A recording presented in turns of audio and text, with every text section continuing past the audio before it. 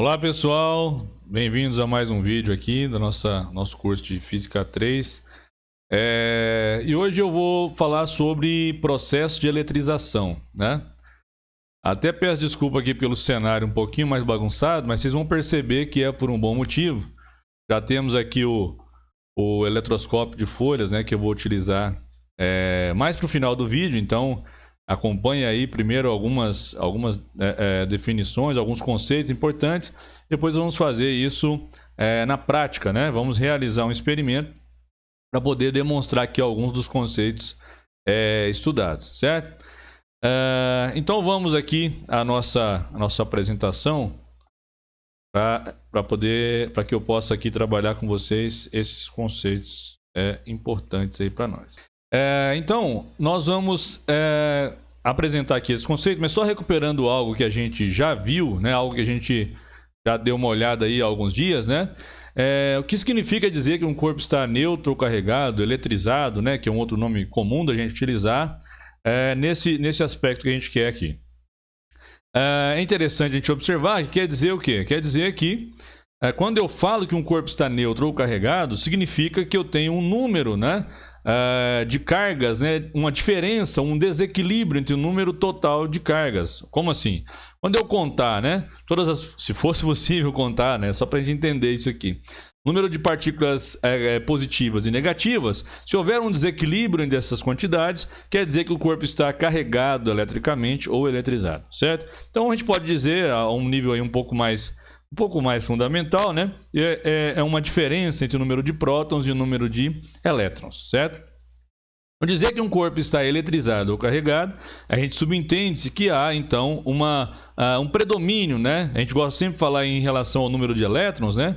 Um excesso de elétrons ou uma falta de elétrons, né? É mais comum a gente se referir dessa maneira, mas não tem problema em dizer que ele está eletrizado positivamente, né? Ou eletrizado negativamente em cada uma das situações, de acordo com o que nós tivermos no problema, no experimento, aquilo que a gente estiver fazendo, certo? É claro também que existem diversos processos, né, para você provocar esse desequilíbrio, né, para que eu tenha um excesso, né, de um tipo de carga qualquer, né? E aqui nós vamos ver 3 processos de eletrização, que são os processos básicos, né? São os processos mais simples. Acaba que ao longo do curso, ou até em outras disciplinas, né, você acaba aprendendo outros processos também, onde se obtém, né, um corpo ali com uma carga, um tipo de carga excedente em relação ao outro, certo? Mas aqui a gente eu pretendo mostrar aqui para vocês, discutir com vocês, apenas os 3 processos básicos de eletrização, que são a eletrização por atrito, a eletrização por contato e a eletrização por indução. A eletrização por atrito, conforme o próprio nome já nos leva aqui a pensar, né? Consiste em você atritar, em você promover o atrito entre dois corpos ali, buscando esse desequilíbrio de cargas, buscando que eu tenha algo diferente do inicial. Vamos supor aqui, claro, que inicialmente esses dois corpos estejam neutros, né, eletricamente neutros, e eu quero eletrizar. Então, um dos processos que a gente pode fazer é a chamada eletrização por atrito. Neste exemplo aqui, nessa pequena animaçãozinha, né, eu tenho um bastão de vidro e uma flanela de lã, um pedaço de lã. E se eu atritar esses dois, o que vai acontecer? Veja aqui o que significa essa imagem antes aqui para a gente, é que inicialmente eles não têm cargas em excesso, né? Eles estão eletricamente neutros, até recuperando também outro conceito aqui que a gente já trabalhou. Não quer dizer que ele não tenha carga, né? Quando eu digo que um corpo está eletricamente neutro, o que significa é que ele não possui cargas em excesso. Tá? Isso é uma diferença muito importante, é um conceito aqui muito importante que a gente tenha ele aí sempre à mente, né? Em mente.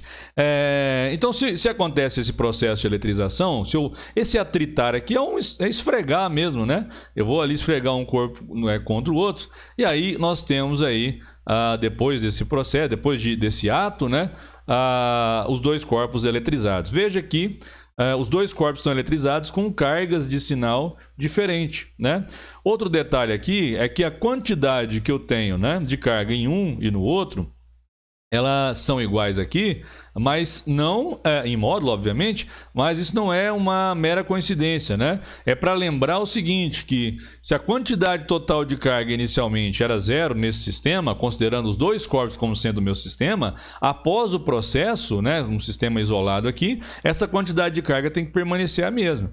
Então, se eu contar, né, o sistema, né, considerando aí o bastão e a flanela, eu continuo tendo no meu sistema, né, a quantidade total de carga igual a zero, certo? Claro que olhando aqui individualmente, eu consegui, como eu gostaria, de eletrizar esses dois corpos com cargas aí, obviamente nesse caso da eletrização por atrito, né, com cargas de sinais opostos, certo?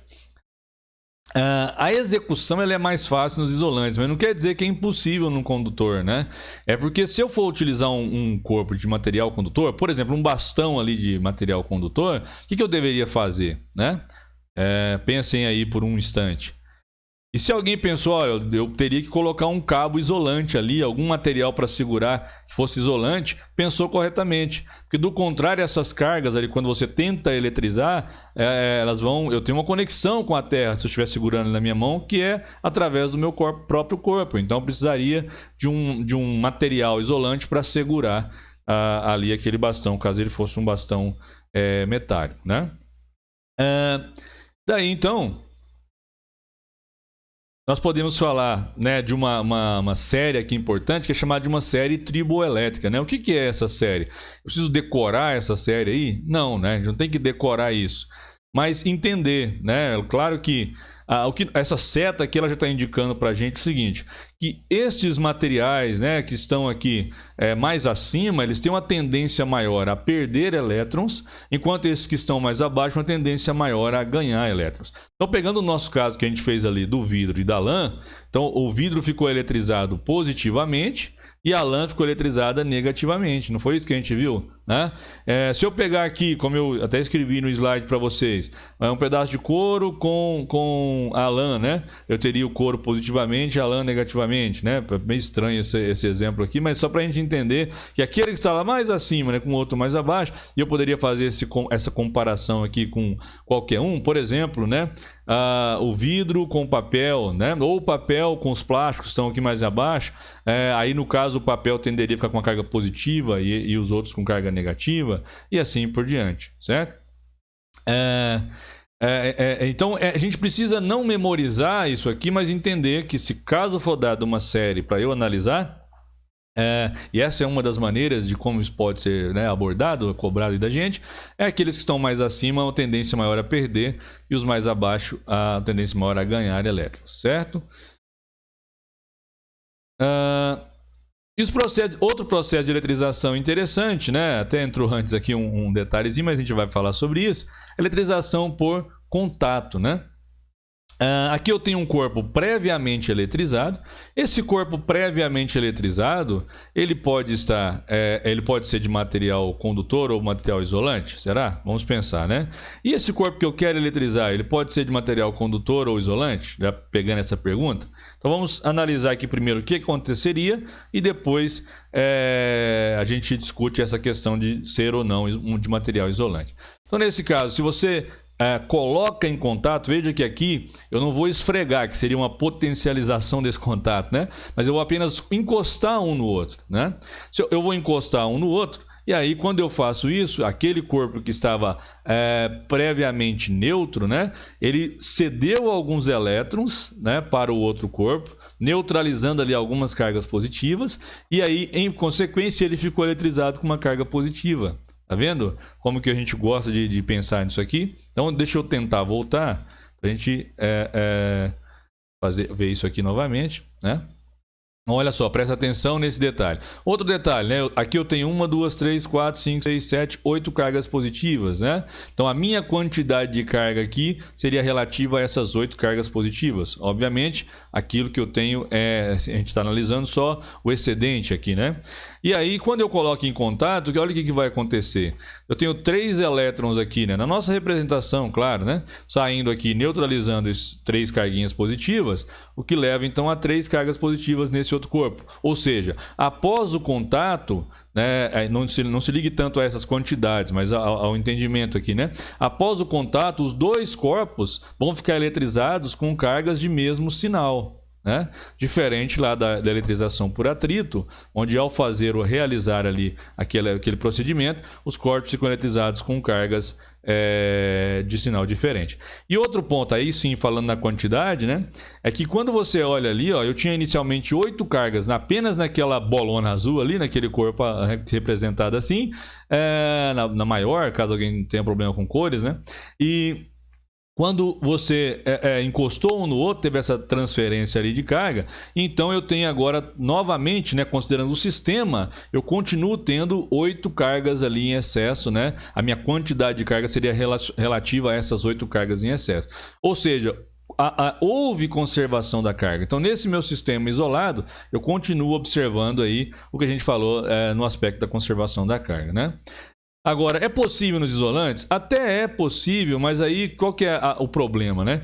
Que os condutores, né, principalmente aqui a gente falando dos condutores metálicos, eu tenho uma mobilidade de carga maior. É isso que a gente, dessa maneira, inclusive, é isso que a gente usa, inclusive, para caracterizar eles como sendo condutores, né?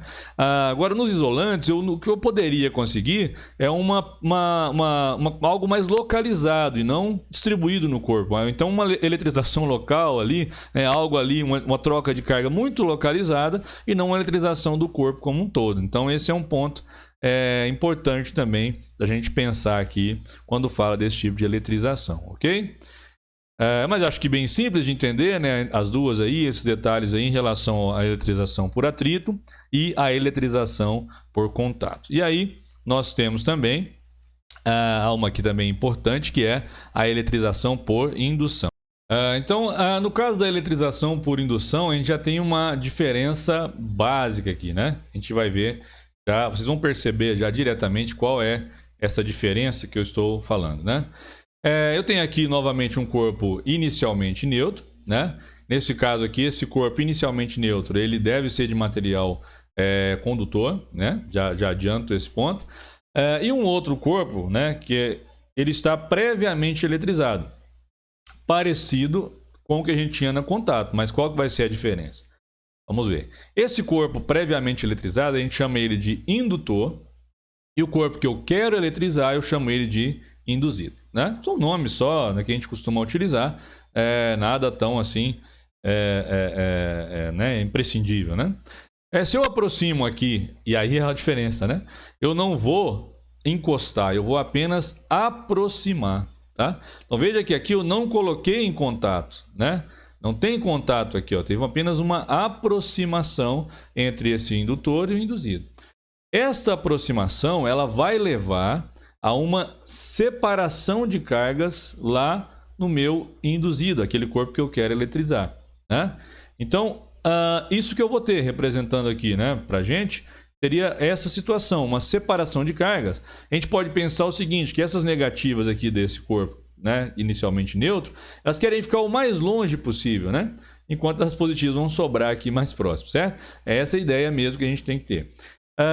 E daí, se eu apenas fizer isso e separar aqui, afastar de novo esse corpo, vai eletrizar? Eu vou conseguir eletrizar aqui? Não vou. Então eu tenho que fazer algo a mais. O que é esse algo a mais?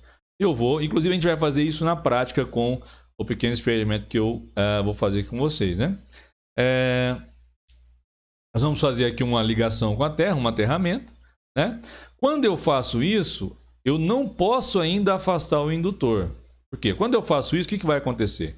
Essas cargas que querem ficar o mais longe possível, uma vez que esse é negativo, se fosse positivo, era só pensar o inverso aí, elas vão descer através dessa ligação com a Terra, né? Elas vão descer. Logicamente que isso aqui acontece, né, muito rapidamente, é só para a gente poder ilustrar. E aí, se eu agora afasto o indutor, será que vai ficar eletrizado aqui? Não vai. Por quê? E se eu afasto ele, eu deixo aqui, né, eu retiro aqui o que estava mantendo as negativas longe, aí elas vão voltar aqui atraídas por essas positivas. né? Através desse contato com a Terra, né? O que eu tenho que fazer antes de afastar o indutor? É desfazer o aterramento. Eu vou desligar esse aterramento. Agora sim eu posso afastar o indutor. Aí eu teria dois corpos eletrizados aí com cargas de sinais opostos, né? Aqui a gente não vai falar muito dessa questão da conservação, né, da quantidade de carga aí, porque estou envolvendo aqui a Terra na história, então já seria um outro processo, mas no grosso, né, considerando o sistema macro, isso sempre vai se conservar, tá? Mas não vou observar isso aqui, já uma vez que não é só as duas cargas, os dois corpos como sendo o meu sistema. Então, para a gente ver isso aqui de novo, depois eu vou falar daquele outro caso ali, deixa eu voltar, senão ele não funciona bem. Aproximei, tem essa separação, né? Já posso afastar o indutor? Não posso. E essa ordem aqui é importante. Sempre que, né, a gente é cobrado nesse aspecto aqui, a ordem é determinante para que você tenha sucesso nesse tipo de eletrização. Então, aproximei, houve a separação de cargas, faço a ligação aqui, faço o aterramento. Devido a esse aterramento, essas cargas vão escoar, né, para a Terra ali. E após isso, eu tenho que desfazer o aterramento para só então afastar o indutor. Caso o indutor aqui tivesse carga positiva, aí eu teria a separação ao contrário, né? Aí a gente sempre vai falar em movimento de cargas negativas, né? Elétrons subiriam aqui da Terra para neutralizar as positivas, e aí eu ficaria com esse corpo aqui eletrizado com carga negativa. Isso se o indutor tivesse positivo, só para a gente, né, ter claro isso aí em mente. Desfiz o aterramento. Né? Ao desfazer o aterramento, então eu posso afastar o indutor. Sendo o material condutor, essas cargas aqui elas se distribuem, né? Para ficar o mais longe possível ali na superfície. Já adianto também, no material condutor, essas cargas se distribuem na superfície do material. Ok? Uma outra maneira de realizar isso aqui sem um aterramento, né? Eu peguei essa figurinha para a gente entender legal isso. Se eu tiver, nesse caso aqui, 3 esferas. Vamos pensar em 3 esferas. Vamos considerar aqui que as 3 são condutoras, mas a previamente eletrizada não necessariamente deveria ser, mas só pela imagem que nós temos. Se eu coloco aqui os dois em contato, esses dois aqui, ó, essas duas esferas que estão em contato, nesses suportes isolantes, né? Elas estão previamente neutras, elas não estão eletrizadas, carregadas ali, né? Quando eu aproximo esse corpo que está previamente eletrizado, ele vai promover aqui uma separação de cargas, né? E aí elas vão tender a ficar o mais afastadas possível, no caso as negativas, desse corpo que tem carga também negativa, né? E por isso que eu tenho aqui um excesso de positivas e lá, né, pegando localmente, lá um excesso de negativos. Só que aqui também vale aquela mesma questão da ordem que eu falei para vocês. Se a gente afastar o indutor sem antes separar essas duas esferinhas que estão em contato aqui, não vou eletrizar. As cargas se redistribuem novamente e os dois corpos continuam neutros.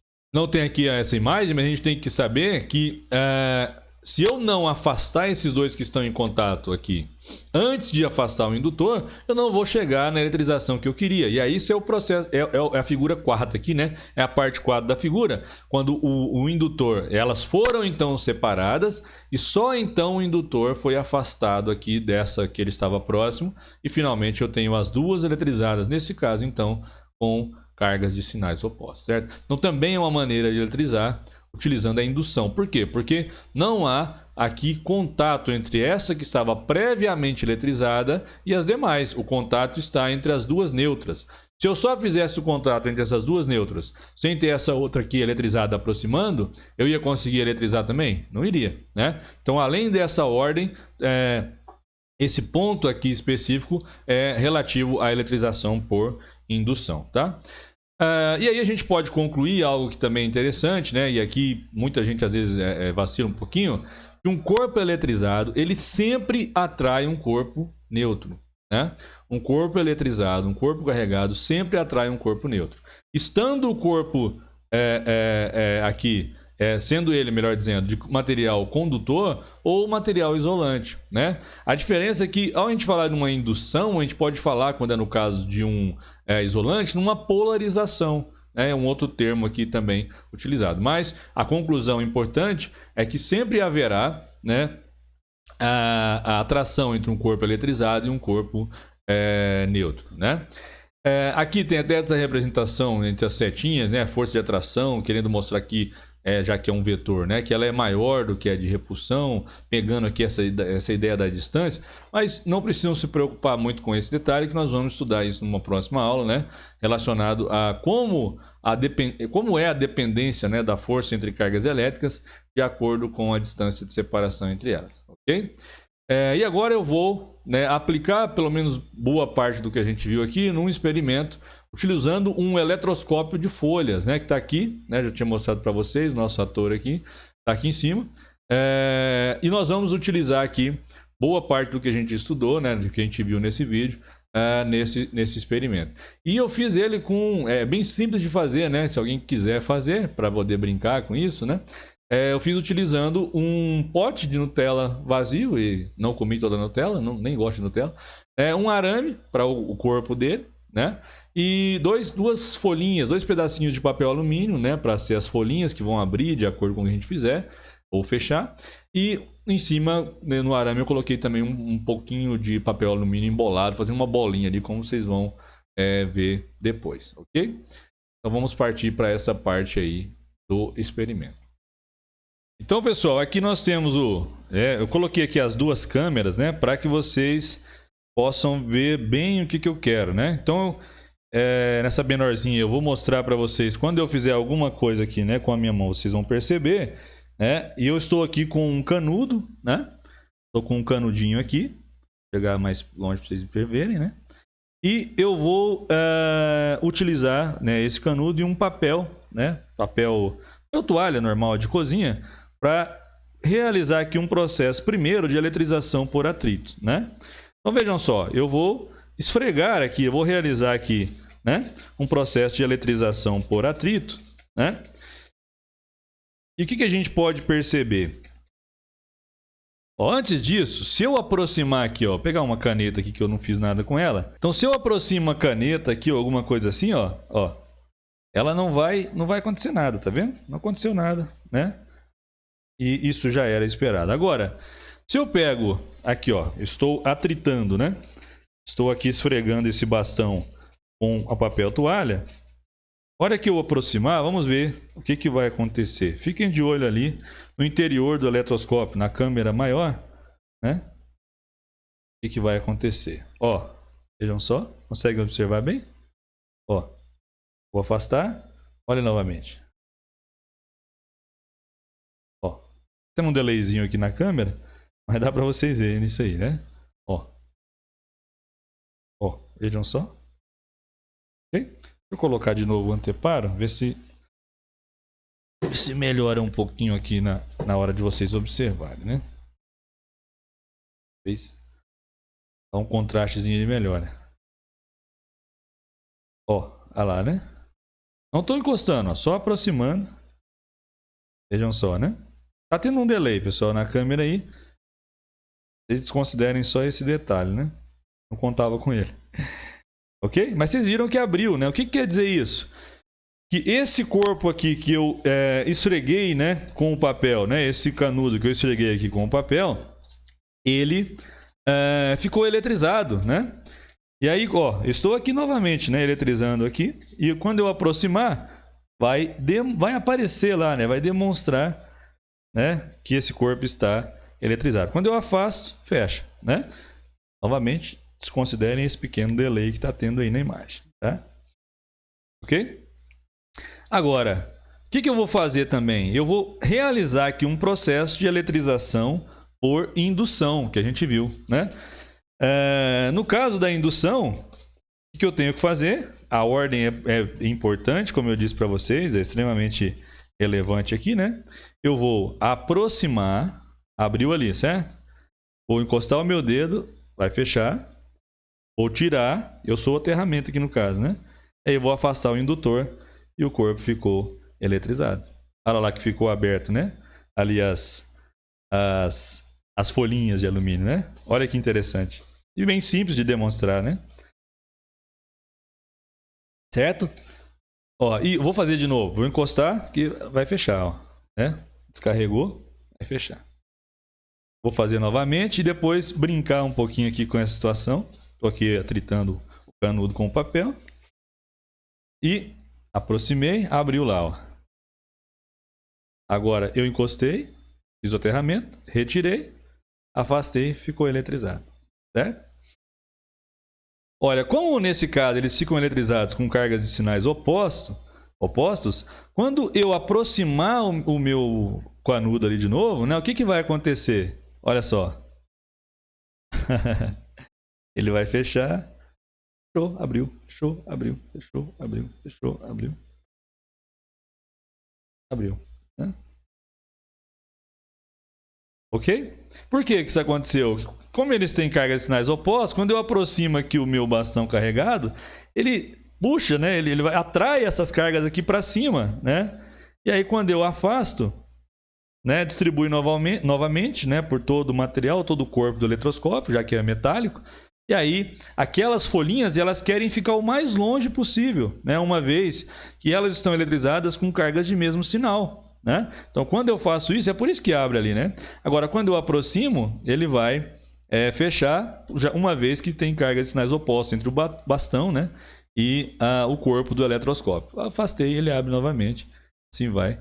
É divertido. Uma pena ter esse pequeno delay aí entre as duas câmeras, mas eu acho que não atrapalha vocês entenderem o importante aqui e observarem tudo aquilo que a gente viu aí nos slides, eu explicando para vocês em relação aos processos de eletrização, ok? Então era isso, pessoal, que eu queria aqui mostrar para vocês hoje, né? A gente entender bem esses processos de eletrização, entender como a gente pode, até com experimentos simples, né, verificar isso aí. Espero que vocês tenham compreendido bem e até um próximo vídeo.